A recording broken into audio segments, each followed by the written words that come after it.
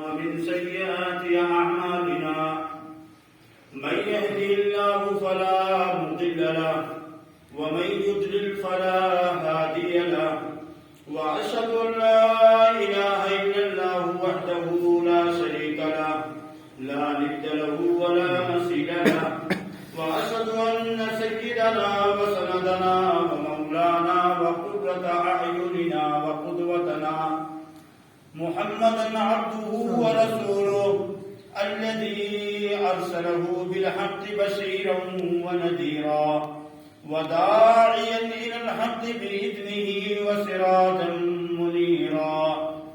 أما بعد فإن خير الحديث كتاب الله وخير الهدي هدي محمد صلى الله عليه وسلم وشر الأمور محدثاتها وكل محدثة بدعة وكل بدعة ضلالة والضلالة في النار. أعوذ بالله السميع العليم من الشيطان الرجيم من همزه ونفخه ونفسه. بسم الله الرحمن الرحيم. إن هذا القرآن يهدي للتي هي أقوم. وقال في موضع آخر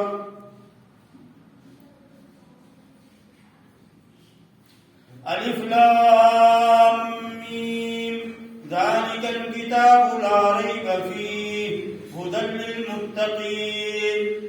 وقال النبي الكريم المصطفى صلى الله عليه وسلم لا يؤمن أحدكم حتى يكون هواه تبعا لما جئت به أو كما قال عليه الصلاة والسلام.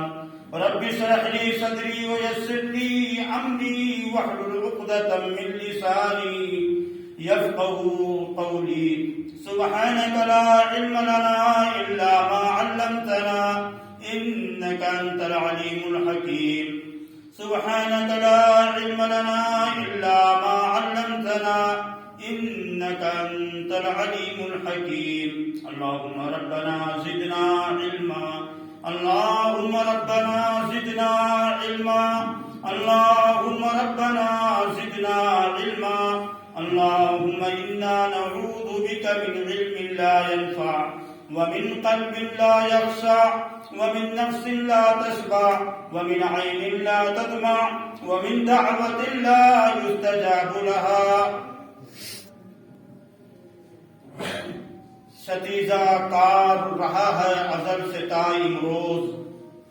ستیزہ کار رہا ہے ازل سے تا امروز.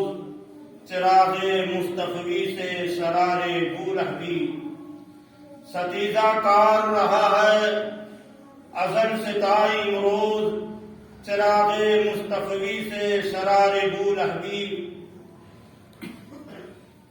وہ زمانے میں معزز تھے مسلمان ہو کر. وہ زمانے میں معزز تھے مسلمان ہو کر اور ہم خوار ہوئے تارک قرآن ہو کر. اللہ تعالی رب ذوالجلال والاکرام رب ذوالعطا والمن رب منعم حقیقی رب صمد رب لم یزل ولا یزال کی حمد و ستائش بزرگی اور بڑائی کے بعد درود و سلام اور اللہ کی رحمتیں نازل ہوں آقائے نامدار احمد مصطفیٰ محمد مصطفیٰ سرکار دو عالم رحمت للعالمین خاتم النبیین معراج کے دولہے دائی حلیمہ کی گودوں کے پالے عبد المطلب کے پوتے ابو طالب کے بھتیجے آمینہ کے جگر کے ٹکڑے فخر موجودات جناب محمد رسول اللہ صلی اللہ علیہ وسلم پر ہمارا وہ پیغمبر اسلام فدا ہو ابی و امی کہ جن کے ذریعے سے اللہ تعالی نے ہمیں اور آپ کو اپنی ایک لازوال نعمت اسلام سے بہرایاب فرمایا.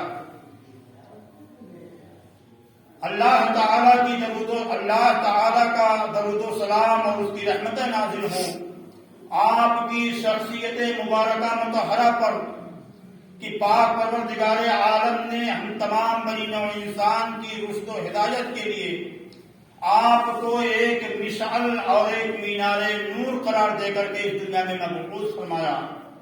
آپ کی شخصیت مبارکہ کو رب دو عالم نے، رب سمد نے، رب لم یزل ولا یزال نے ہم تمام اولاد آدم کے لیے رحمت عالم بنا کر کے اس دنیا میں جلوہ گر فرمایا.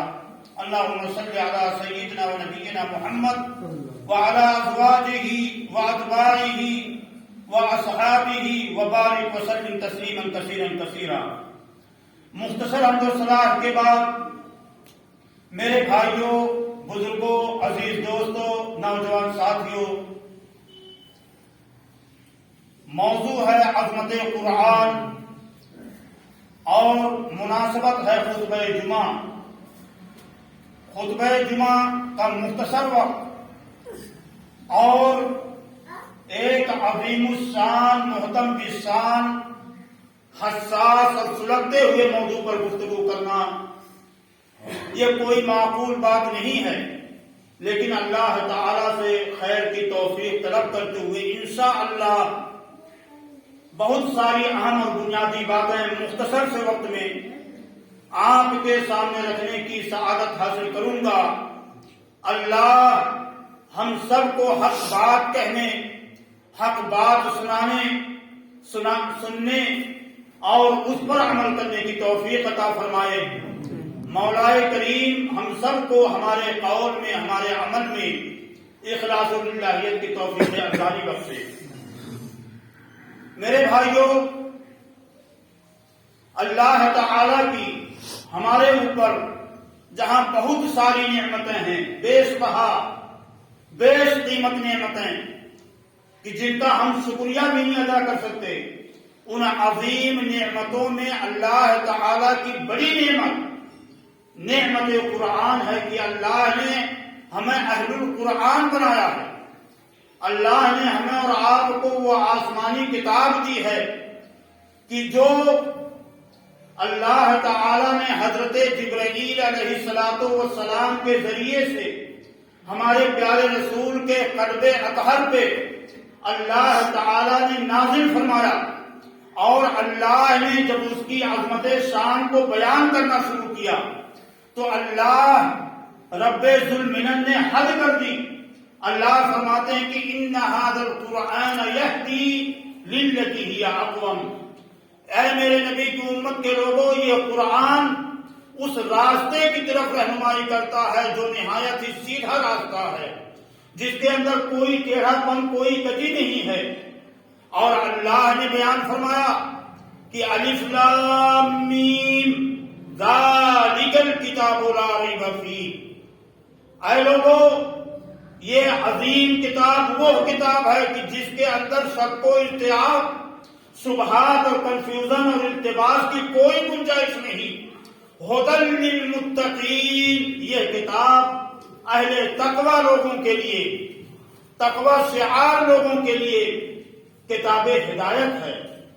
اللہ نے قرآن کریم کے اندر ارشاد فرمایا آمن الرسول بما انزل الیہ من ربہ والمؤمنون کل آمن باللہ وملائکتہ وکتبہ ورسلہ، کہ یہ وہ کتاب عظیم ہے، یہ وہ کتاب ہدایت ہے کہ جس پر اللہ کے رسول جناب محمد الرسول اللہ صلی اللہ علیہ وسلم اور آپ سے بیشتر جتنے بھی انبیاء گزرے، اللہ تعالی کی پیشین گوئی کے مطابق ان تمام انبیاء کرام نے بھی اور خود اللہ کے رسول نے بھی اور وہ لوگ جو اصحاب ایمان ہیں، سارے لوگوں نے اس پر ایمان لایا، سارے لوگ اس پر ایمان لائے.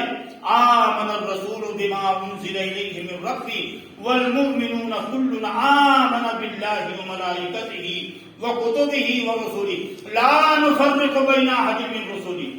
اللہ فرماتے ہیں وَإِن كُنتُمْ فِي رَيْبٍ مِّمَّا نَزَّلْنَا عَلَىٰ عَبْدِنَا فَأْتُوا بِسُورَةٍ مِّن مِّثْلِهِ وَادْعُوا شُهَدَاءَكُم مِّن دُونِ اللَّهِ إِن كُنتُمْ صَادِقِينَ.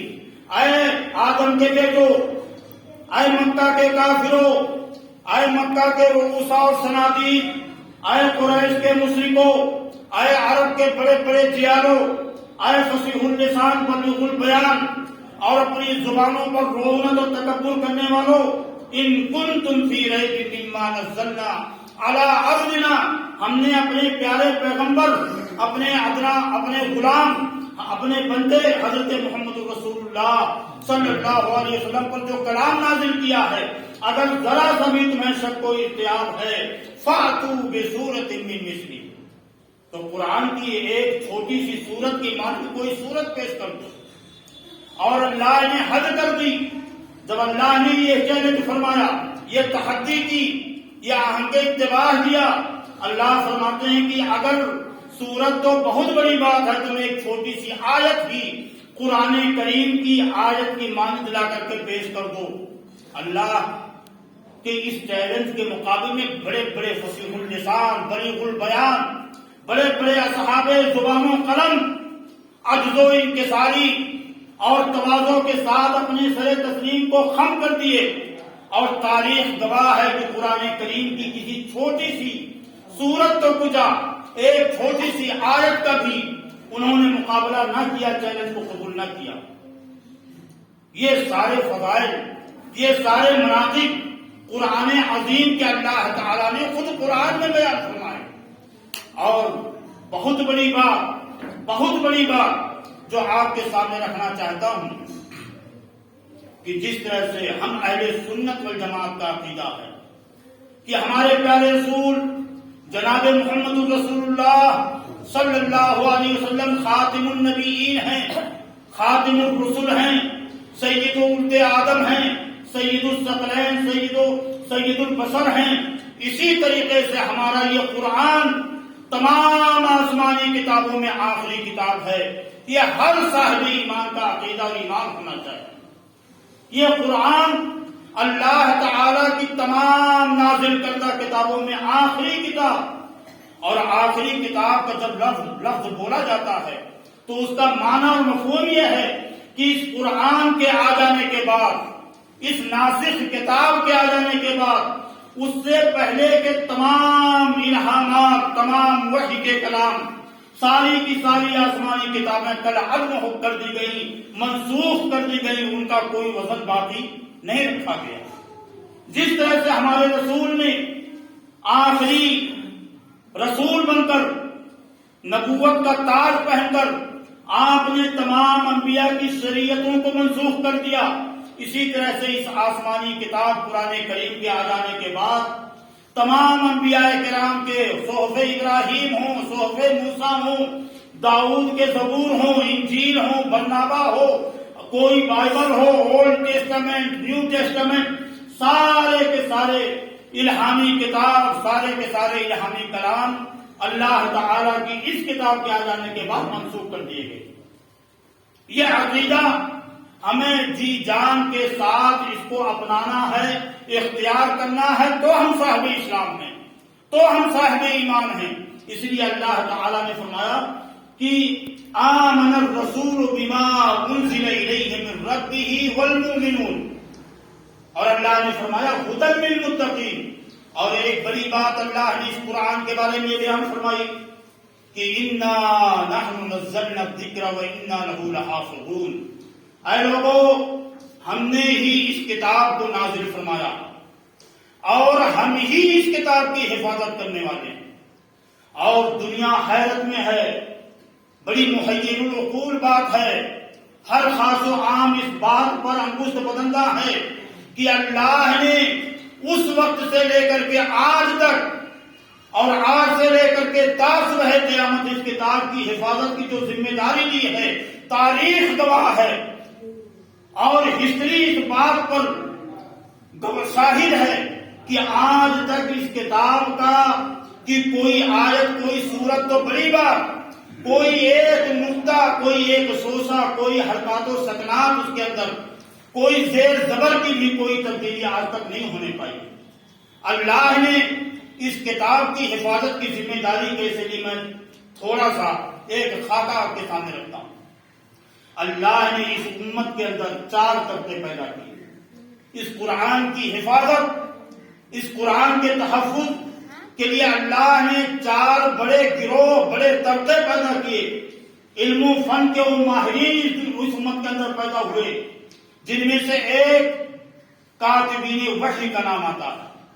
کاتبین وحی کی ایک جماعت جنہوں نے کتابت کر کے قرآن کریم کو اپنے قلم کے ذریعے سے سفینوں میں ہڈیوں پر، کھجور کے چھلکوں پر، کھجور کی ٹہنیوں پر اور جلدوں اور چمڑیوں پر انہوں نے قرآن کریم کو اللہ کے رسول صلی اللہ علیہ وسلم کے عہد مسعود، عہد مبارک ہی سے انہوں نے لکھنا شروع کیا، اور جب تک اللہ تعالیٰ کے رسول حضرت محمد رسول اللہ صلی اللہ علیہ وسلم پر یہ قرآن نازل ہوتا رہا، آپ کی آخری سانس تک اللہ کے رسول صلی اللہ علیہ وسلم کی نگرانی میں اس قرآن کی کتابت ہوتی رہی.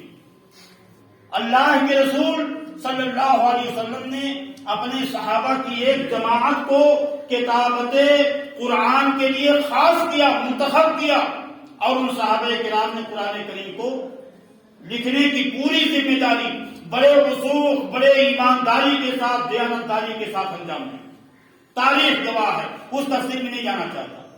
دوسرا طبقہ وہ طبقہ ہے جس کو ہم حفظۃ کتاب اللہ، حفاظ قرآن، اور صحابہ کرام کے عہد مبارک ہی میں اللہ کے رسول صلی اللہ علیہ وسلم کے اس زمانے میں جس کو خیر القرون کا زمانہ کہا جاتا ہے، صحابہ کرام نے بڑے بڑے قاری، بڑے بڑے حافظ قرآن، اللہ تعالی نے اپنی توفیق سے، اپنی رحمت کاملہ سے اس جماعت کو منتخب کیا، تیار کیا، اور انہوں نے اپنے سینوں کے اندر قرآن کریم کو حفظ کیا، ازبر کیا، محفوظ کیا. تیسرا طبقہ آپ جانتے ہیں کہ اہل زبان کا طبقہ ہے. بڑے بڑے نحوی، بڑے بڑے صرفی علماء، قواعد اللغات العربیہ، جنہوں نے قرآن کریم کے زیر زبر پیش اور رموز اوقاف، مدود، قلقلہ، روم، اشمام، صفات الحروف، مخارج الحروف، میں کیا کیا آپ کے سامنے رکھوں، ساری چیزیں، مد متصل کیا ہے، مد منفصل کیا ہے، کلمی مثقل کیا ہے، کلمی مخفف کیا ہے، مد طبیعی کیا ہے، کون سی آیت کہاں سے شروع ہوتی ہے، کہاں ختم ہوگی، سورتوں کی ترتیب کیا ہوگی. ان بڑے بڑے اجلہ علماء کرام نے اس فن کے اندر مہارت اور براعت حاصل کر کے قرآن کریم کی حفاظت کی ذمہ داری لی. اور چوتھا طبقہ مفسرین کرام کا ہے، جنہوں نے قرآن کریم کے ترجمے اور تفسیر پر پوری توجہ اور پوری عنایت مبذول کر کے، انتھک کوششیں کر کے ہر زبان کے اندر قرآن کریم کے ترجمے اور تفسیر. آج کوئی ایسی کتاب پورے اقصائے عالم میں، پورے اطراف دنیا کے اندر نہیں ہے کہ جس کے اس قدر تراجم اور تفاسیر دنیا کے اندر موجود ہوں جس قدر قرآن کریم کے. اللہ غریق رحمت فرمائے شاہ ولی اللہ محدث دہلوی رحمۃ اللہ علیہ کو زباں پہ بار الہ یہ کس کا نام آیا کہ میرے نطق نے بوسے میری زباں کے لیے. شاہ ولی اللہ محدث دہلوی رحمۃ اللہ علیہ نے جب قرآن کریم کا پہلا ترجمہ فارسی میں لکھا، پہلا ترجمہ، تو یہی خبیث، ناہنجار، پلید، اور میں آپ کو بتاؤں دنیا کے اندر، پوری دنیا میں سب سے غلیظ ترین کافر اگر کوئی ہو سکتا تو شیعہ. غلیظ ترین کافر، اللہ کی قسم، اللہ اگر مجھے توفیق دے تو میں 2 گھنٹے 4 گھنٹے ان کی غلاظت، ان کی خباثت، ان کی پلیدگی پر آپ کے سامنے لیکچر دے سکتا ہوں. اتنے غلیظ، ایسا غلیظ ترین کافر دنیا کے اندر آپ کو نہیں ملے گا. اور ہاں آج ہم ان کے ساتھ راہو رسم، سلام و دعا، علیہ شادیاں بھی یہاں بڑے آرام سے کر لیتے، بڑے دھڑلے سے. اب بڑی عام سی بات ہو گئی ہے شیعوں کے ساتھ ہمارے دوستانہ مراسم. سب سے غلیظ ترین کافر جو ہماری ماں ام المومنین عائشہ صدیقہ، حفصہ، زینب، صفیہ، سودا اور تمام امہات المومنین پر زنا کی تہمتیں لگاتے ہوں، جو ابو بکر و عمر عثمان کو طاغوت کہتے ہوں، جو قرآن کو 30 پارہ نہیں 40 پارہ مانتے ہوں، جو قرآن کے تعلق سے یہ کہتے ہوں کہ حضرت عثمان نے اس کے اندر التباس پیدا کر کے اور کچھ چیزیں اپنی طرف سے اس میں اپنی طرف سے داخل کر کے قرآن کے تمام نسخوں کو جلا دیا اور ایک ایسا قرآن تیار کیا جو مشکوک ہے، مشتبہ ہے، جس کے اندر کنفیوژن ہے، اور جن کا عقیدہ یہ ہے کہ محمد رسول اللہ کے انتقال کے بعد، آپ کی وفات ہو جانے کے بعد اس دنیا کے اندر جتنے بھی صحابہ کرام تھے، ابو بکر، عمر ہوں، عثمان ہوں، خالد، ابو عبیدہ، عبد الرحمن بن عوف، اجلہ صحابہ کرام ہوں، احادی ہوں، ادانی ہوں، چھوٹے ہوں، بڑے ہوں،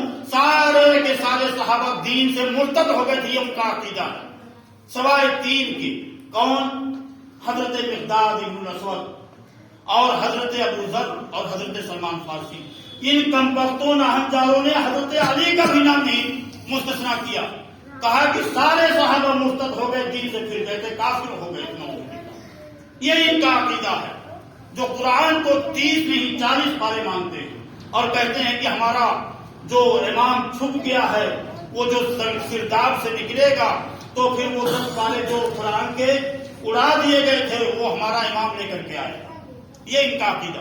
بات یہ ہو رہی تھی کہ اللہ کے رسول صلی اللہ علیہ وسلم کے زمانے ہی میں قرآن کو ضبط کر لیا گیا، سینوں کے اندر محفوظ کر لیا گیا، اس کا علم اللہ تعالیٰ کے رسول جناب محمد رسول اللہ صلی اللہ علیہ وسلم نے اپنے صحابہ کو بتایا، سکھایا، اور صحابہ نے اس کے معانی اور مفاہیم کو سمجھا۔ اسی لیے عبداللہ ابن عباس رضی اللہ تعالیٰ عنہ کے بارے میں پوری امت ان کو حبر الامہ کہتی ہے، حبر القرآن کہتی ہے، مفسر قرآن تھے، اور اللہ کے رسول صلی اللہ علیہ وسلم کے حق میں دعا کی تھی، اللہم فقہہ فی الدین وعلمہ التاویل۔ ترجمان القرآن تھے عبداللہ ابن عباس۔ اور ایک بار میں ایک عجیب بات کہنے جا رہا ہوں، ایک بار حضرت سیدنا صدیق اکبر ابو بکر رضی اللہ تعالیٰ عنہ آپ خطبہ دے رہے تھے، ایک شخص آیا، عظمت قرآن کے تعلق سے میں بات کرنا چاہتا ہوں۔ ایک شخص آیا، کہا ابو بکر، قرآن میں اللہ نے فرمایا وَفَاكِهَةً وَأَبًّا، ہم نے اس زمین سے اے آدم کے بیٹو، اے میرے بندو، تمہارے لیے، تمہارے جانوروں کے لیے فاکہہ بھی نکالا، ابا بھی نکالا۔ کہا اے ابو بکر، یہ ابا کیا چیز ہے؟ سیدنا صدیق اکبر رضی اللہ تعالیٰ عنہ نے فرمایا انی لا اعرف، انا لا اعلم، انی لا ادری، مجھے نہیں پتا، میں نہیں جانتا، مجھے نہیں معلوم۔ کہا اللہ اکبر، آپ یاد غار ہو اللہ کے رسول کے، بچپن سے لے کر کے جوانی تک، جوانی سے لے کر کے آپ کی آخری سانس تک آپ نے یارانہ دوستانہ کے سارے حقوق اور تقاضے پورے کیے۔ آپ اللہ کے رسول کے مزاج آشنا ہو، آپ اللہ کے رسول صلی اللہ علیہ وسلم کے اول خلیفہ ہو، خلیفۃ رسول اللہ ہو کر، اور اس امت کے افضل انسان ہو، اور آپ ابا کا معنی نہیں جانتے۔ آپ جانتے ہیں کیا فرمایا؟ کہا اللہ اکبر، ایو سماء تقلنی وایو ارض تقلنی ان قلت فی کتاب اللہ ما لا اعلم۔ اے اللہ کے بندے، اے میرے بھائی، اے میرے عزیز، اے سوال کرنے والے، تو نے کتنی بڑی بات کہہ دی۔ ایو سماء تقلنی وایو ارض تقلنی ان قلت فی کتاب اللہ ما لا اعلم۔ اگر میں کوئی بات اپنی طرف سے ایسی بات کہتا ہوں قرآن کریم کے تعلق سے جس کا مجھے علم نہیں، میں عقل پچھو مارتا ہوں، میں رقیب و بےہودہ باتیں اپنی طرف سے قرآن کے اندر داخل کر دیتا ہوں۔ ایو سماء تظلنی، کون سا آسمان مجھے سایہ دے گا، وایو ارض تقلنی، اور کون سی زمین اپنے گود میں مجھ کو پناہ دے گی۔ یہ کون کہہ رہا؟ یہ افضل هذه الامہ، اس امت کا سب سے بہتر انسان، افضل انسان، سب سے بڑا پاک خدا ترس انسان۔